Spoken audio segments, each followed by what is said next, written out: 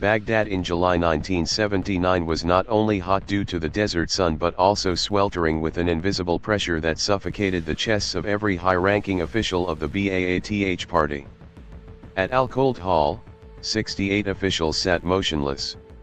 They were the most powerful people in Iraq, but at this moment, they were like prisoners awaiting sentencing. On stage, Saddam Hussein sat there, terrifyingly calm. He was in no hurry. He slowly took out a Havana cigar, cut the tip, lit it, and took a long drag. White smoke drifted in the air, obscuring the deep-set eyes of the man who had been in office as president for only 6 days. Saddam announced that a coup plot had been discovered. The leader of that plot, Abdel Hussein, was dragged onto the stage in a battered state. Under the pressure of torture, Muhi began to read the names of the conspirators sitting right in the audience. Each time a name was called, burly men from the security forces would step forward and drag the unfortunate individual out of their seat.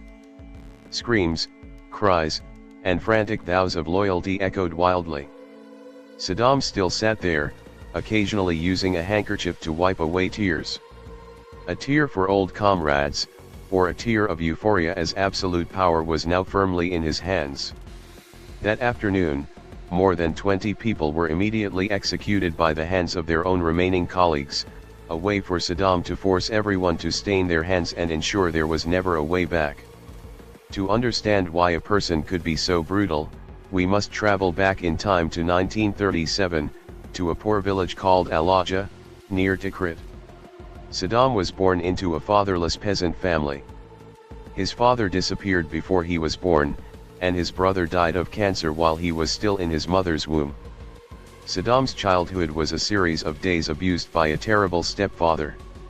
He was frequently beaten and had to herd sheep instead of going to school. The lack of affection and the harshness of the Tikrit land forged an extreme survival instinct, trust in strength, suspect everyone, and rely only on blood family. At the age of 10, Saddam ran away from home to Baghdad to live with his uncle, Karalat Alfa. This was the turning point.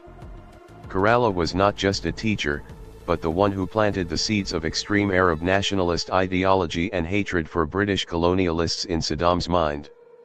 Karala taught Saddam that, there are only 3 types of people in this world who should not exist: Persians, Jews, and flies. With an empty and hate-filled soul, Saddam embraced those ideas as a way of life. Saddam did not rise through education or economics. He rose through the internal purges of the Baath party. In 1959, Saddam participated in a failed assassination attempt on Prime Minister Abd al-Karim Qasim. The assassination failed. Saddam was wounded in the leg but carried out a legendary escape through the desert to Syria and Egypt. It was this escape that turned him into a heroic symbol in the eyes of the young members of the Baath party. When the Baath party took power after the 1968 coup, Saddam did not hold the highest office immediately. He chose the position of vice president under his relative, Ahmed Hassan al-Bakr. But that was just a cover. During his 11 years as the man behind the throne, Saddam quietly built the Mukhabarat secret police network and seized control of the entire national security system. He turned himself into an irreplaceable right hand, while gradually isolating President al-Bakr until forcing him to resign for health reasons in 1979. Under Saddam, Iraq was no longer a nation in the conventional sense. It was a giant prison with the most sophisticated surveillance system in the Middle East. The Mukhabarat intelligence agency was present everywhere. You could not trust anyone. The barber, the taxi driver, or even your young child could be the eyes and ears of the government. Saddam established an extreme culture of denunciation.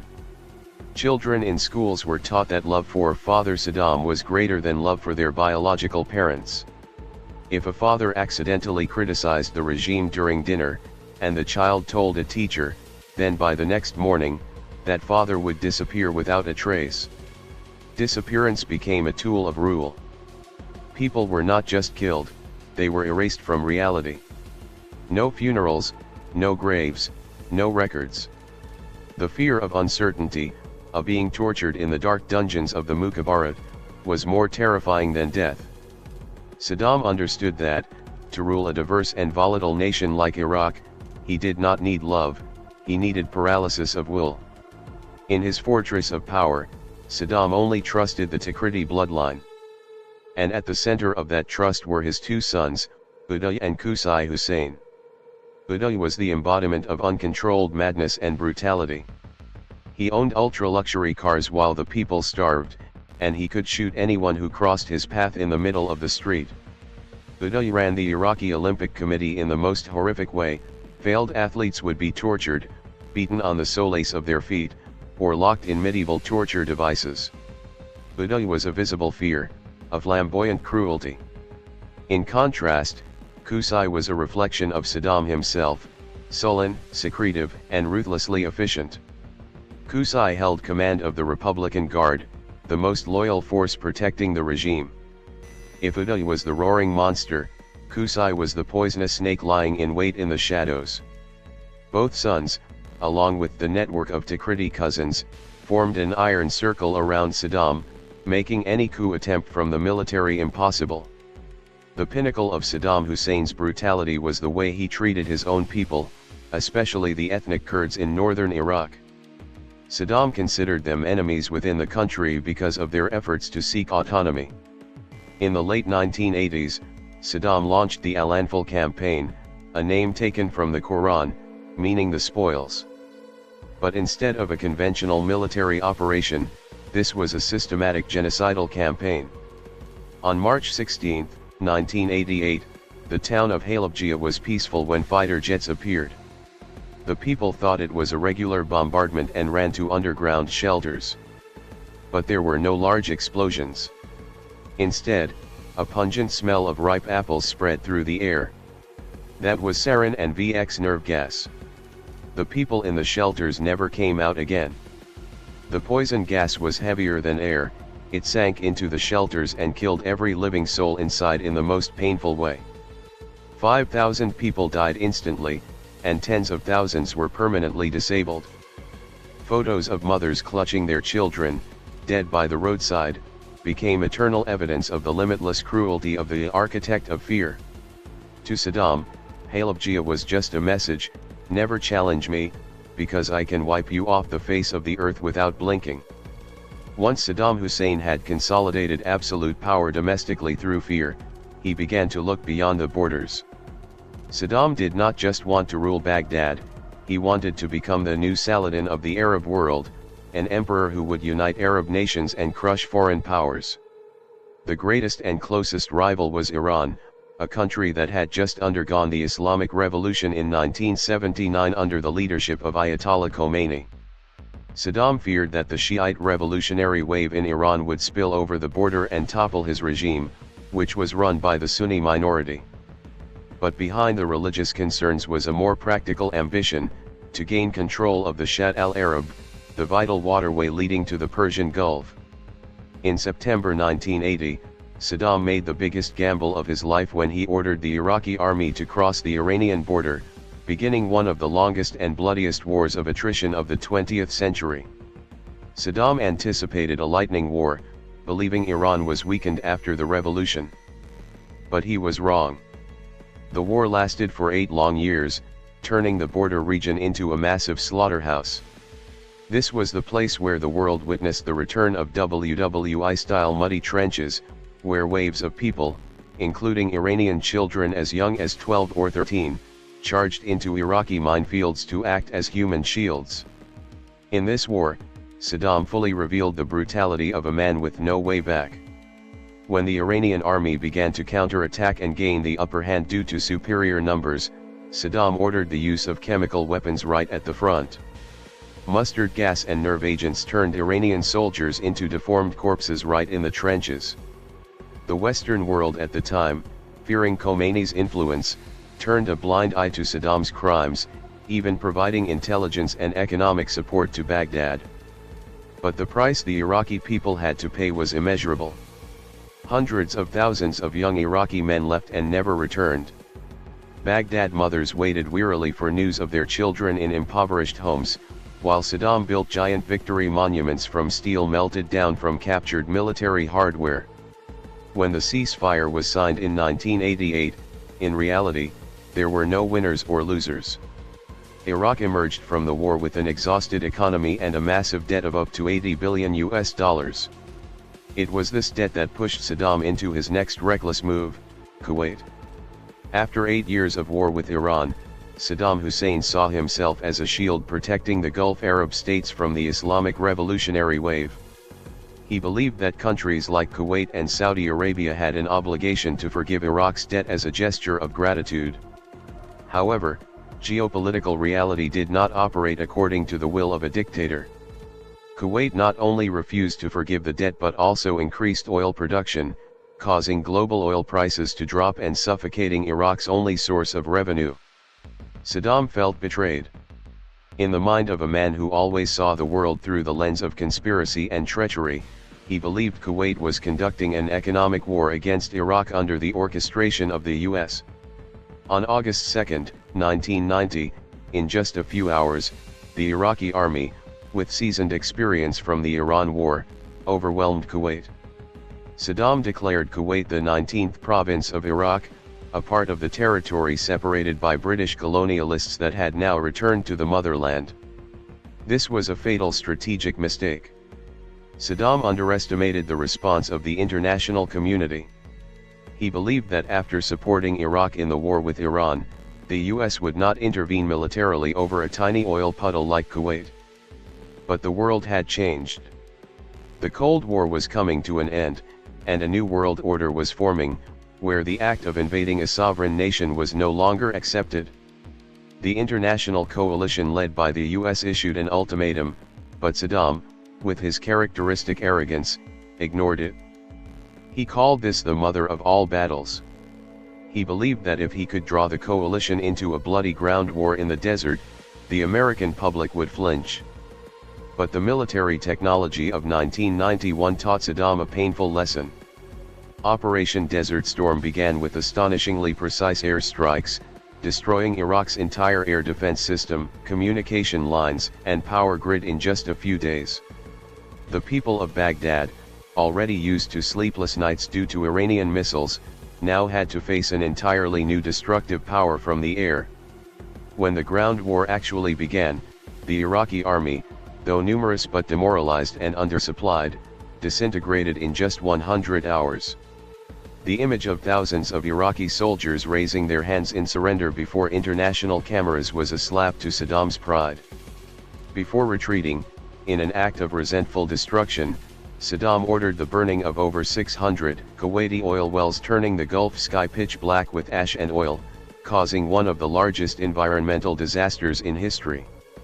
Saddam failed miserably on the battlefield, but strangely, he still survived. The coalition stopped at the Iraqi border, not advancing to Baghdad to topple the regime for fear that Iraq's collapse would create a dangerous power vacuum. Saddam took advantage of this opening to turn his guns on his own people. When the Shiite uprisings in the south and Kurdish uprisings in the north erupted because they believed Saddam had weakened, he deployed his most elite Republican Guard forces. Blood flowed like rivers on the roads leading to Basra and the mountains of Kurdistan. Saddam survived the storm, but Iraq from then on became an island completely isolated from the world. After the humiliating defeat in Kuwait in 1991, Iraq was no longer a formidable military power. The country was placed under the harshest economic sanctions in modern history. For more than a decade, Iraq was like an abandoned ship in the middle of the ocean, where the people had to struggle every day to exchange coupons for dry pieces of bread. But in the shadows of poverty, Saddam Hussein carried out a spectacular ideological shift to protect his throne, the Faith Campaign, Al-Hamla al-Imaniyya. Once a secular leader following Arab nationalism, Saddam suddenly transformed into a devout Muslim. He added the words Allahu Akbar, God is great, to the Iraqi flag, reportedly in his own handwriting. Saddam understood that when people fall into extreme misery, religion is the only sedative. He closed nightclubs, banned alcohol, and turned clerics into extensions of the government. The pinnacle of absurdity during this period was Saddam ordering artisans to rewrite the entire Quran using 27 liters of his own blood over 2 years. It was a haunting spiritual message, his blood merged with the words of God. While Iraqi children died from lack of medicine and malnutrition due to the sanctions, Saddam spent billions of dollars to build giant mosques and more than 50 new palaces gilded with gold and marble. This contrast was not just extravagance, it was a psychological tactic. Even if the world isolates me, I am still king, and I still have the power to grant life or death. During this time, Saddam also committed one of the worst environmental and humanitarian crimes, the destruction of the marshes in southern Iraq. To eliminate hiding Shiite rebel groups, he ordered the blockage of the flow of 2 major rivers, the Tigris and Euphrates, turning fertile wetlands thousands of years old into arid desert salt flats. Tens of thousands of Ma'dan people, marsh Arabs, lost their livelihoods and homes. An ancient culture was erased just to serve the absolute control needs of a dictator. Entering the early 2000s, Saddam Hussein gradually became a ghost in his own kingdom. He appeared less in public, hiding in a dense network of palaces and frequently changing his location every night to avoid assassination plots. His paranoia reached an extreme level. Every meal of Saddam's was checked by chemical experts for poison levels, and those who served him had to be people whose loyalty had been tested through generations. Inside the Iron Circle, the Tikrit family began to crack. The defection of his 2 sons-in-law, Hussein Kamel and Saddam Kamel, to Jordan in 1995 was a knife thrust into Saddam's pride. Although he later enticed them to return with a promise of amnesty, as soon as they stepped across the border, Saddam ordered other members of the tribe to execute them immediately. The message was clear: even sons-in-law, even the closest people, if they betray, they will receive the most painful death.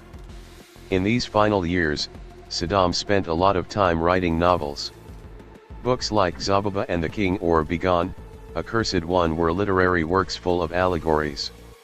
He likened himself to a wise king misunderstood by the world and surrounded by traitors. He lived in a parallel reality, where his demoralized army was still hailed as invincible, and where false reports from loyal subordinates painted a rosy picture of national strength. The events of September 11, 2001, in the US changed Saddam's destiny forever. Although there was no direct evidence linking him to the attacks, the Washington administration placed Iraq in the axis of evil. Accusations of possessing weapons of mass destruction, WMD, became the pretext for the coalition to prepare for an all-out attack. In the early days of 2003, as the drums of war drew near, Saddam still organized grand military parades in Baghdad. He fired a rifle into the air with one hand, smiling defiantly at the television cameras. But behind that smile was a bitter truth: his generals had secretly negotiated to surrender, and the Iraqi people, after decades of being suffocated by fear, no longer wanted to take up arms. The empire of fear was standing on the edge of the abyss, waiting for one final push to collapse completely. On March 20, 2003, the Baghdad sky was no longer clear blue but blazed with orange and red flames from the shock and awe campaign. The US-led coalition began the all-out assault. But unlike 1991, the goal this time was not to push the Iraqi army out of a neighboring country, but to uproot the regime of Saddam Hussein. In the early days of the war, Saddam still appeared on television in full military uniform. He wore an arrogant smile and issued calls for jihad. He believed history would repeat itself, that if he drew the coalition into a street war in Baghdad, which he called the graveyard of invaders, then he would survive. But the reality was completely different. While Information Minister Mohammed Saeed al-Sahaf declared that American troops were being crushed, the roar of Abrams tanks echoed right outside the press hall. The collapse of the Iraqi army happened so quickly that even the coalition generals were astonished. There was no large-scale last stand in Baghdad. The Republican Guard units, considered the most elite, disintegrated or secretly deserted. The fear that Saddam had painstakingly built for 24 years turned out to be a double-edged sword. When the architect was no longer able to punish, those under him chose silence and dropped their guns to save themselves. On April 9, 2003, the whole world held its breath at the image at Firdos Square. A crowd of Iraqi people, with the help of a US armored vehicle, looped a chain around the neck of the giant bronze statue of Saddam Hussein. When the statue fell, it was not just the collapse of physical matter, but the collapse of a spiritual symbol that had haunted this nation for 2 decades. People flooded the streets, using their shoes to hit the bronze face of the man who, only a few weeks prior, they had to hail as the savior. Baghdad had fallen, and Saddam Hussein officially became a ghost on the run. After Baghdad fell, the US released a deck of 55 most wanted cards, in which Saddam Hussein was the ace of spades, the ultimate target. One of the largest manhunts in modern history began. Saddam no longer had helicopters, no motorcades, and no gilded palaces. He moved in the darkness of the Sunni Triangle, relying on tribal connections and the loyalty of a small group of his most trusted bodyguards. In July 2003, a fatal blow was struck against Saddam when his 2 sons, Uday and Qusay, were killed in a bloody shootout in Mosul. The death of the 2 princes was not just a loss of bloodline, but a warning that the circle was closing in. Saddam was now completely alone. His last confidants were gradually arrested or informed under pressure from US intelligence. Finally, on the night of December 13, 2003, US intelligence discovered an old rug lying under a date tree at a remote farm in Ad-Dor. It covered a narrow, damp, and smelly hole. As a soldier prepared to throw a grenade down the hole, 2 hands went up. From underground, a man with disheveled hair and beard, haggard face, and a dazed look appeared. The man who once ordered the construction of the most magnificent palaces in the Middle East, the man who once held the destiny of millions, was now standing in a hole just big enough for one person to lie in. "I am Saddam Hussein, President of Iraq, and I want to negotiate," he said in English. The US officer coldly replied, "President Bush sends his regards." The image of Saddam being checked by US soldiers for his teeth and hair to confirm his identity shocked the world. It was the ultimate humiliation for a dictator who always valued a majestic image. The architect of fear was stripped of all power, dragged out of his rat hole to face a public trial. Saddam Hussein was tried by a special tribunal of the Iraqi people themselves in Baghdad. This was a highly symbolic decision. The Iraqi people would personally judge the man who had imprisoned them for 24 years. But the trial did not take place in the silence of justice. It was a political arena, where Saddam took advantage of every moment to perform his final act. Appearing in a sharp suit, holding a Quran, Saddam did not appear to be a pitiful prisoner just dragged from a hole in the ground. He argued fiercely with the judge, challenged the legitimacy of the court, and declared he was still the constitutional president of Iraq. Whenever witnesses gave tearful testimony, Saddam often responded with a contemptuous silence or sharp rebuttals. However, his direct signatures on execution orders were undeniable evidence. On November 5, 2006, the court sentenced him to death by hanging. Saddam received the sentence with a shout, "Allahu Akbar! Long live Iraq!" On December 30, 2006, as the whole Muslim world was preparing for the Eid al-Adha holiday, a secret armored convoy moved in the dark of night. The destination was Camp Qadhamiyah, an old military security base. Saddam Hussein stepped off the vehicle, both hands in chains, but his head held high. Saddam's final moment was captured in a leaked mobile phone video, shocking the world with its brutality and chaos. In a dark room with dim yellow lights, masked executioners stood around him. Insults rang out from the witnesses, "Go to hell, Muqtada! Muqtada!" Amidst the cursing, Saddam maintained a strange calmness. He refused to wear a blindfold, wanting to look straight into death. As the noose was placed around his neck, he began to recite the Shahada profession of faith, I bear witness that there is no God but Allah and Muhammad is the messenger of God. The second sentence of the oath was not yet finished when the floor collapsed. Saddam Hussein passed away at the age of 69. His death occurred amidst the jubilation of one half of Iraq and the resentment of the other. A violent end to a life built entirely on violence. Saddam Hussein had fallen, but his ghost still haunted Iraq and the world for many decades afterward. After the architect of fear left, Iraq did not immediately become the democratic paradise people had promised. Instead, the nation fell into a brutal sectarian civil war. History views Saddam Hussein as a deeply contradictory figure. On one hand, he modernized Iraq, building a leading regional education and health system. On the other hand, he used that very prosperity to nurture one of the most brutal war and suppression machines of the 20th century.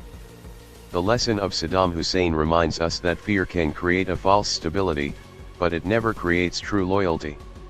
An empire built on suspicion and blood will always collapse when the iron hand no longer has enough strength to squeeze. Absolute power is a poison, it corrupts even the sharpest minds and turns an orphaned child into a monster. The life of Saddam Hussein concluded, leaving behind an Iraq that was theoretically freer but full of scars. His gilded palaces have now become museums or ruins. Thank you for walking with us through this 24-year journey of blood and fire. Don't forget to like and subscribe so you don't miss the next shocking historical dossiers. See you in the next chapters of The Flow of Time.